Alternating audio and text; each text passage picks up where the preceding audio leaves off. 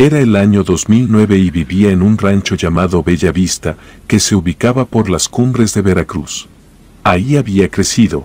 La vida cuando era niño no fue fácil, pues muchas veces mi padre no tenía ni siquiera para darnos de comer. Tenía 8 hermanos, en ese entonces era normal tener esa cantidad de hijos, aunque ahora ya está mal visto, incluso en mi rancho.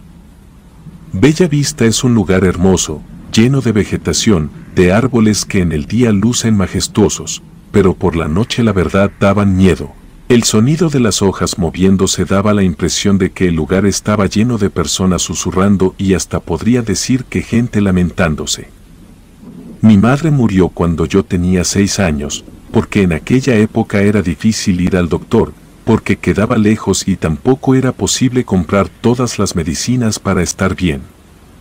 Mi padre ahora nos cuenta que mi mamá dijo que sabía que moriría por ser pobre. Esa época fue muy complicada y triste, para mis hermanos y para mí.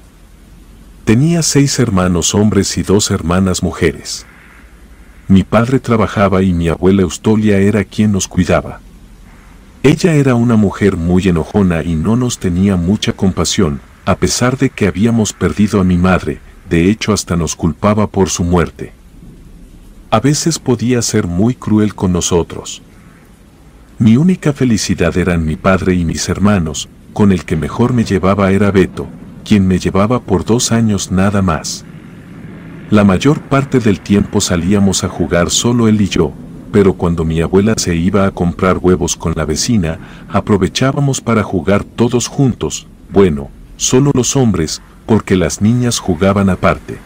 Mi abuela nos ponía a cuidar a los animales del campo, a ir por el maíz para las tortillas, al molino y cosas bastante pesadas para niños de mi edad.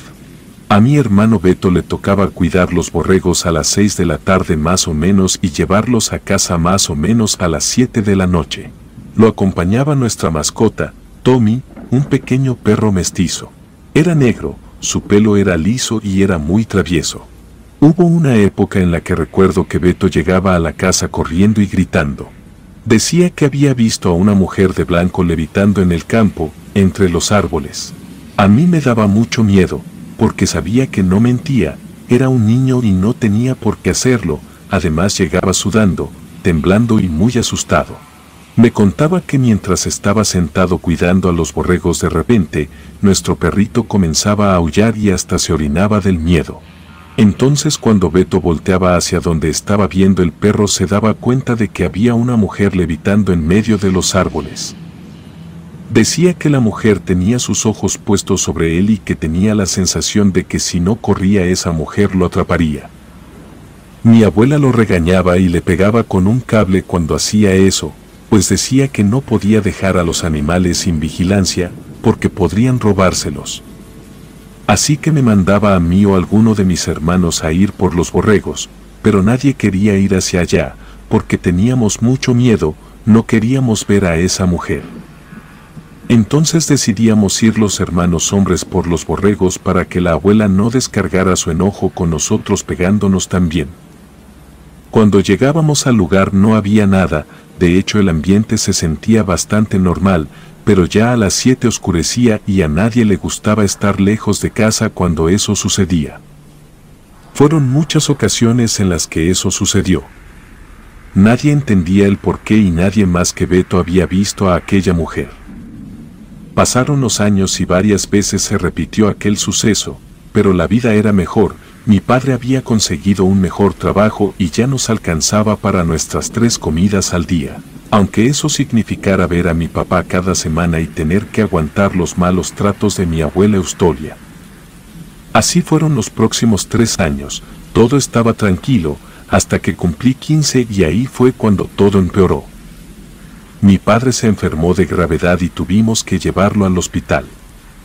Pedimos prestado a un vecino para poder pagar la consulta, pero ahí nos dijeron que debían operarlo si queríamos que se salvara.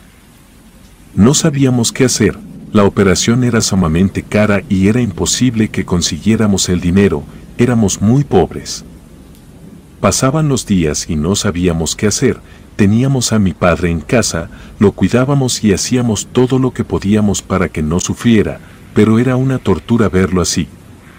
Mi abuela trató de juntar dinero con los vecinos, pero lo que recolectó no alcanzaba para la operación. Además, mi padre era el hombre de la casa, quien trabajaba y solventaba los gastos, así que todo estaba muy mal. Un día Beto me dijo que debía ir al campo a resolver unas cosas y la verdad yo no le tomé importancia. Al cabo de unas horas, cuando ya había caído la noche, volvió. Nos dijo que preparáramos a mi padre, que lo llevaríamos al hospital para que al día siguiente lo operaran. Todos estábamos sorprendidos y le preguntamos si había conseguido el dinero y dijo que sí, pero cuando le preguntamos de dónde lo había sacado nos dijo que eso era lo de menos. Preparamos todo y los vecinos, quienes tenían una camioneta muy vieja, nos llevaron al hospital más cercano.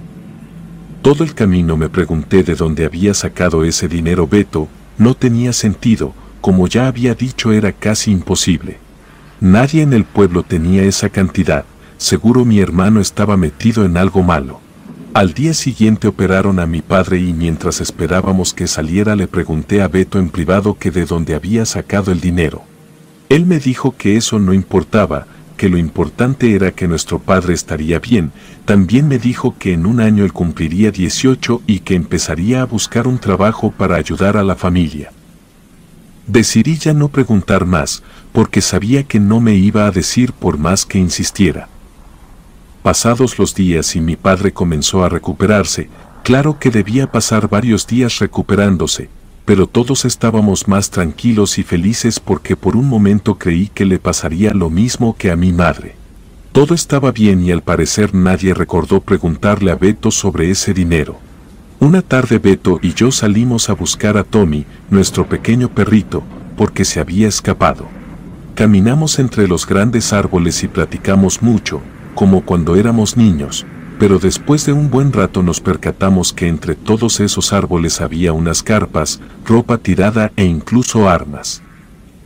Mi hermano me dijo que seguramente eran de algún cartel, que sus amigos le habían contado que ya habían llegado a Bella Vista y que estaban reclutando gente.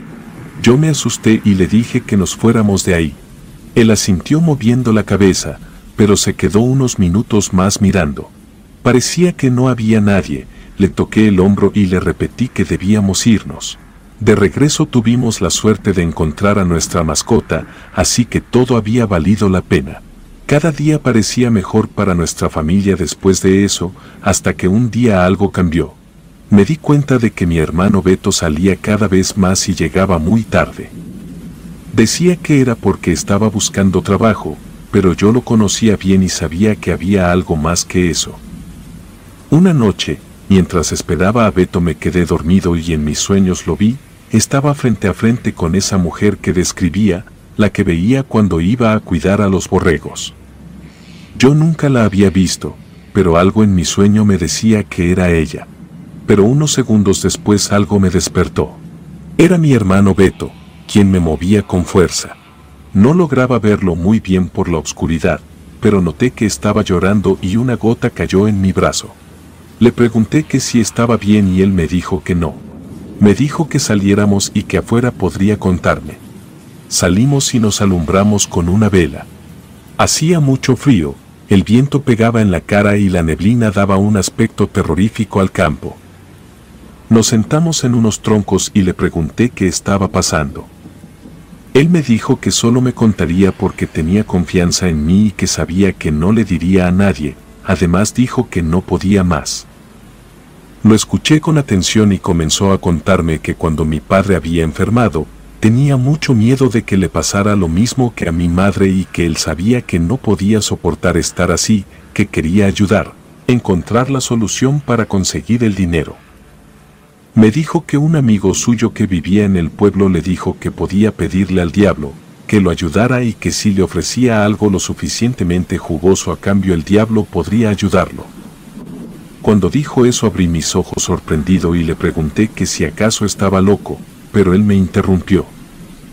Me dijo que como no tenía otra opción le hizo caso a su amigo y una noche pidió al diablo varias veces que lo ayudara, hasta que se quedó dormido y comenzó a soñar con la mujer que le evitaba y que lo atormentaba cuando cuidaba a los borregos. En su sueño esa mujer se acercaba a él y le decía que debía ir a verla al día siguiente al campo para poder cumplirle su petición. Cuando despertó sabía que debía hacerlo y más aún cuando vio cómo estaba mi padre. Con miedo fue al lugar donde siempre veía a esa mujer, a la misma hora en la que lo mandaban a cuidar a los borregos y esperó unos minutos muriéndose del miedo.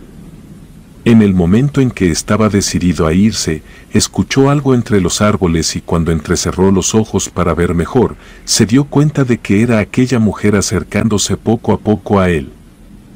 El terror se estaba apoderando de sus piernas y quería huir corriendo de ahí, pero el deseo de ver bien a nuestro padre pudo más y aún con lágrimas en sus ojos se quedó.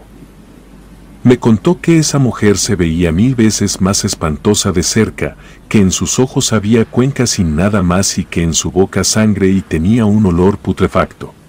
La mujer le dijo con una voz de otro mundo, que Satanás la había mandado y que le concedería el favor solo si él le daba un sacrificio humano. El dinero que necesitaba estaba enterrado justo ahí, pero si lo tomaba debía estar consciente de que debía entregar su sacrificio, pero si lo tomaba y no entregaba lo que el diablo le pedía entonces, uno de nuestros hermanos moriría e iría directo al infierno. En el momento en que quise interrumpir a Beto, él me dijo que lo dejara terminar y siguió con su relato. Me dijo que como no tenía idea de qué hacer desenterró el dinero, que era justamente lo que necesitaban para la operación de nuestro padre y que aunque tenía miedo sabía que debía cumplirle al diablo. No quería que se cobrara solo con alguien de su familia.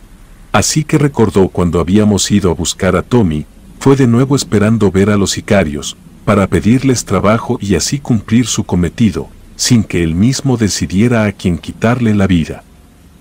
Esas personas le dieron el trabajo y le dijeron que debía quitarle la vida al dueño de una miscelánea en la ciudad, porque no había querido pagar derecho de piso. Beto estaba decidido a hacerlo, sabía que no tenía opción, pero cuando estuvo frente a frente con esa persona se dio cuenta de que le iba a costar mucho. Llevaba una capucha que escondía su rostro y con lágrimas en los ojos le dijo al Señor que él no quería hacerlo, pero que no tenía opción y lo llevó hasta una de sus bodegas y le quitó la vida, mientras todos sus trabajadores escuchaban. En el momento en que mi hermano terminó la última palabra, le grité que si acaso estaba loco, era imposible que todo lo que me estaba contando fuera real. Simplemente no podía creerlo. Mi hermano me abrazó y comenzó a llorar, me dijo que lo sentía, pero que no tuvo opción, era la única manera en la que el diablo no se llevaría a alguien de la familia. Viendo cómo se encontraba le dije que no se preocupara, que solo debía dejar de ir con esas personas que lo mandaron con ese pobre hombre y que haríamos como si nada hubiera pasado. Volveríamos a ser la familia feliz de antes, quizá en el pasado no valorábamos nuestras vidas, pero en ese momento nos dimos cuenta de que a pesar de ser pobres y de tener una abuela regañona siempre habíamos sido niños felices. Beto me prometió no volver con aquellos sicarios y estar tranquilo en casa, yo me encargaría de que nada de eso saliera a la luz. Nos fuimos a dormir después del abrazo y prometimos jamás mencionar nada. Estábamos más tranquilos, pero eso era porque no sabíamos qué pasaría después. Algo que incluso en el presente sigue repercutiendo en nuestras vidas. Fueron 2 semanas de paz, todo había vuelto a la normalidad, hasta que un día mi padre mandó a mi hermano a comprar maíz al centro del pueblo. Eran más o menos las 5 de la tarde. Pasó 1 hora y no volvía, pasaron 2 y nada, luego 4 y fue ahí cuando decidimos ir a buscarlo, pero cuando llegamos a la tienda del centro nos dijeron que Beto no había estado ahí. Me asusté y comencé a preguntar en los alrededores, pero nada. Mis hermanos al verme tan preocupado estaban totalmente confundidos. Me dijeron que me mantuviera tranquilo, que seguro Beto se había ido con algún amigo a jugar fútbol o algo así, pero yo no los escuchaba, solo pensaba en la mujer levitando en el campo, el pacto que mi hermano había hecho con Satanás y en el cartel que habitaba en Bella Vista. Beto corría peligro y yo no quería que nada malo le sucediera. Como ya no sabíamos dónde más buscar, regresamos a casa y mi abuela me dijo que Beto regresaría borracho o con una buena excusa. Parecía que no estaba preocupada, pero en la noche la escuché orar por él. Pasó toda la noche y Beto no llegó. Para ese momento yo ya pensaba lo peor y tenía mucho miedo. Me senté bajo un árbol, lejos de casa y comencé a llorar. No era muy religioso, pero no encontraba otra opción, así que comencé a pedir por mi hermano, pero mientras recitaba esas palabras, comencé a sentir un calor intenso en mi interior y no era algo bueno. Paré la oración y después de pensar un buen rato caminé hacia mi casa esperando que cuando llegara, mi hermano ya estuviera ahí. Y lo que esperaba se hizo realidad, pues Beto estaba en la sala, siendo interrogado por la abuela, mi padre y mis hermanos. Solo escuché que dijo que estaba bien, que había encontrado a un viejo amigo y lo había invitado a su casa en la ciudad y como le llegó la noche se tuvo que quedar. Lo reprendieron diciéndole que jamás volviera a hacer algo así, pues nos tenía a todos preocupados.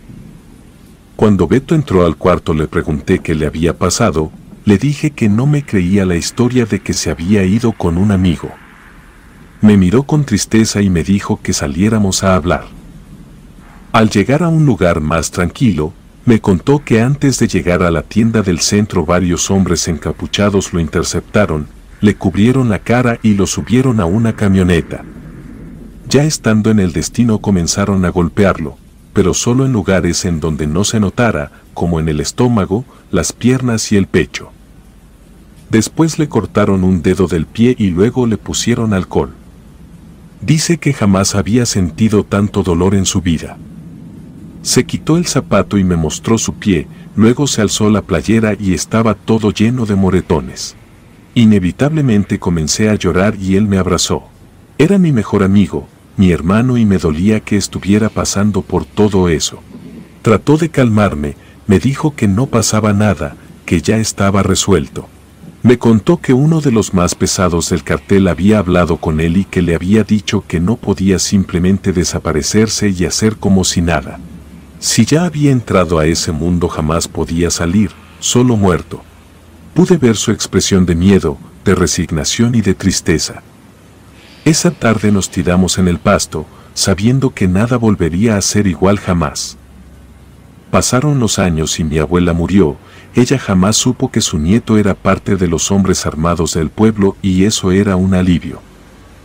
Luego yo me vine a vivir a la ciudad y me traje a mi padre, encontré un trabajo bastante decente en una fábrica de zapatos y mis hermanos igual, dejamos el pasado en aquel ranchito hermoso que un día nos vio nacer, todos menos Beto.